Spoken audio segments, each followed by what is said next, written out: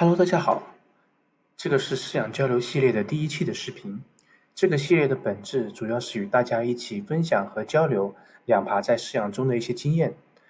当然，视频里分享的东西并不一定是完全正确的，只是我个人在饲养过程中，或是通过一些资料中积累的经验和观点。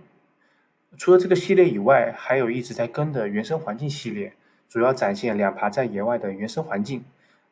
给我们提供造景上和饲养上的一些思路，也希望大家多多一键三连，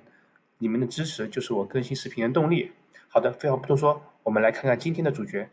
好的，这就是今天的主角——鲨鱼蜥，是一种分布在北非沙漠的一种小型的石龙子。就跟我们常见的那个石龙子啊，其实是一个类型的。它也被称为沙石龙子，因为在沙漠里嘛。它是一种纯沙漠的物种。市场上野货比较多，应该说全是野货，主要都来自于埃及。我们来看看鲨鱼蜥的外形，它的鳞片其实是那种光滑的鳞片，不是那种粗糙的，身上呢也很漂亮，你看它是有一些这种花纹，它的这种颜色呢，其实和沙漠环境的颜色是比较相似的，所以它在沙漠中呢也是一种躲避色。你看最特别的是它的脚掌，可以看到它的脚掌特别的大，是吧？对比其他的一些蜥蜴，它并不是这种有尖尖的这种爪子的，其实它是手指呈这种羽状的结构，这是为了方便它在挖沙和在沙里前行，所以它的名字也是这么来的，鲨鱼蜥嘛，就是说它可以在沙里行动的很快，可以像鱼一样在沙里游泳，都可以看到它会瞬间钻到沙子里，瞬间就像鱼一样的游进沙子里。这几只呢是我养的比较久了，大概养了应该有1年多左右吧。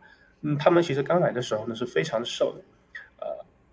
在饲养了一些时间之后，身体呢稍微强壮了一些。现在看起来之所以比较瘦，是因为在冬天的时候我夜间是没有加热的，让它们是正常的一个过冬。呃，温度比较低的话，它们吃的就比较少，有时候基本就没吃，类似于冬眠。等到回春的时候，身体会稍微有一点瘦，不过温度一高，它的食欲还是比较旺盛的。等到它吃的这个多了之后，其实它的体型也会慢慢的恢复这种比较健康的这种体型。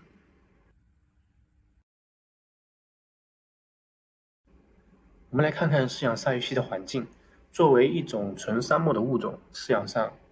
不用想，肯定是用沙漠环境。鲨鱼蜥在野外是生活在北非的沙漠里，那里的话本身是非常干旱的，而且植被呢也相对比较少。那后面我自己也会做一期关于鲨鱼蜥的原生环境系列的视频。我们饲养的容器可以选用玻璃缸、PVC 箱，还有一些木箱、整理箱，这些都可以。只要你的箱子能支持爬虫灯加热就行了。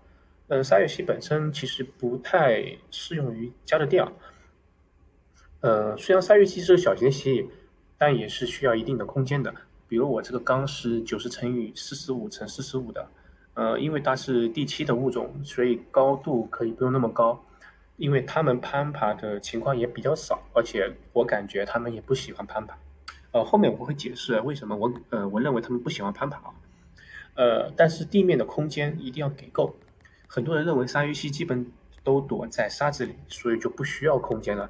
其实这样，我认为这是并不正确的。而且我饲养下来，其实实际情况也是发现它们在白天的时候会到处的去探索和奔跑。是的，它们并不是一直在沙子中，在找吃的同时，也是会很积极的去探索环境。其实我感觉也是非常的好动的。那我们环境的背景上是仿照沙漠里的一些岩石，还有一些干枯的树枝，这个其实造景起来并不是很困难啊。地面还有一些仿真的这种枯草，还有一个躲避的小洞啊。但是我这个小洞我几乎没有看过鲨鱼蜥能进去过，他们好像不是很喜欢因为鲨鱼蜥的躲避就是沙子，它会把自己埋在沙子里，所以说你准备的一个洞，其实对于他们来讲是比较多余的。当然，其实这个小洞其实还挺好看的哈。然后最重要的就是垫材，对，垫材只有选择爬沙，我觉得爬沙是最合适的，不用选择其他的。而且要求就是说有一定厚度的帕沙，像厚度大概在7到8厘米左右，方便鲨鱼栖在沙里去游泳。需要的配置大概差不多是这些。那这样环境饲养下来呢，至少我这边是没有出现过刻板行为的情况。首先，它是一种韧型的物种，白天 UVA 和 UVB 是标配，可以选用沙漠型的 UVA 灯加上10.0的 UVB。其实鲨鱼栖它的野外环境的温度跨度是非常大的，沙漠里嘛，白天温度比较高，到夜里的时候，其实温度会低很多，而且是在最冷的时候，夜里的温度甚至会到零下，所以我认为它是一种能承受日温差比较大的这种物种。像白天的晒点温度在35度左右就差不多了，冷区大概在28度左右，也不用特别的精准。但是这里有一点需要注意，也是我通过观察发现的一种情况，就是养很多爬虫的时候，我们其实会在晒点上，放一个石头，方便就是爬虫，就是待在石头上去晒灯。但是饲养鲨鱼栖的时候呢，我个人是不太建议放石头的，而且你即使放了，它们也会很少上去，它们一般只站在有沙子的地方。我个人认为是因为鲨鱼栖在野外环境中，呃，它的这个天敌比较多，就是如果当这种天敌来的时候，危险来临的时候，它们要很快的能钻进沙子里。如果它站在这种沙子上去晒灯的话，那么其实危险来临的时候，它就可以直接钻入沙子中。如果它待在石头上的话，其实它是没办法在危险来临的时候第一时间就钻入沙子里。这样的话其实会面临比较大的风险，所以它可能更会去选择在沙子上晒灯的这种情况。夜间的话，在25度差不多就行。在夏天或者南方地区，室温合适的情况下，或者说室温合适的情况下，晚上可以不用加温设备啊。当然，如果说你的这个室温晚上特别冷，或者是冬天啊这种情况，我个人建议还是准备一个加温设备。那它们到了傍晚呢，它会钻进沙子里睡觉。如果说你的沙子在白天晒过之后，其实夜里的沙子还会留有一些余温，沙子的内部的环境也会，它的温度会比空气温度更高一些。如果你是用玻璃缸养的话，那么热区、冷区基本你都不用去担心。如果你是用 PVC 或木箱，那么你就要设置好冷热区，注意通风和防止箱内温度过高。沙漠物种最省心的地方，我感觉就是不用太考虑湿度，但是需要注意，不考虑湿度并不意味着它不需要喝水，或者说完全不要湿度，只能说室内正常的湿度就能满足。而且即使它生活在沙漠，它也是需要喝水的，而且根据我的观察，它的喝水的频率还是比较高的。你可以准备一个类似这种水盆，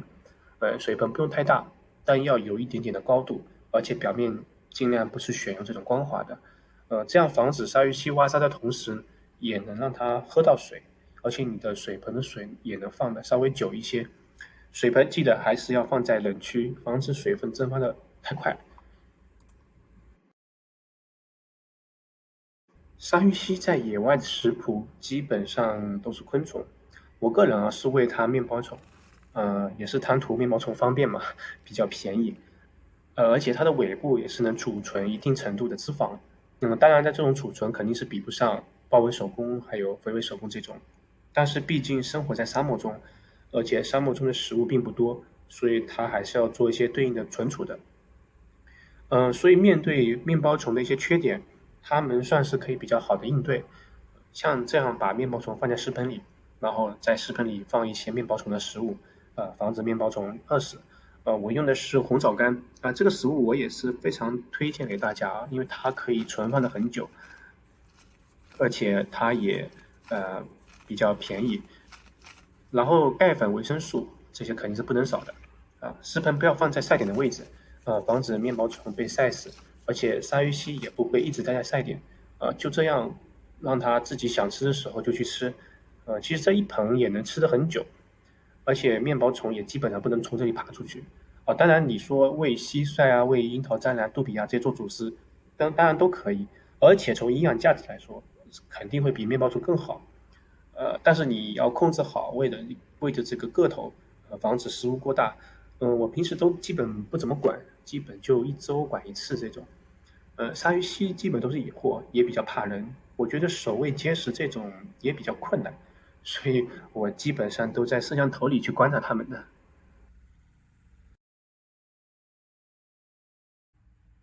总的来说呢，鲨鱼蜥其实是个蛮有趣的物种。如果你只是拿一个盒子装盆沙来养，那么你面对它大部分时间都待在沙子里的情况下，你看到的就是一盒枯燥无味的沙子，你养的也就是沙子。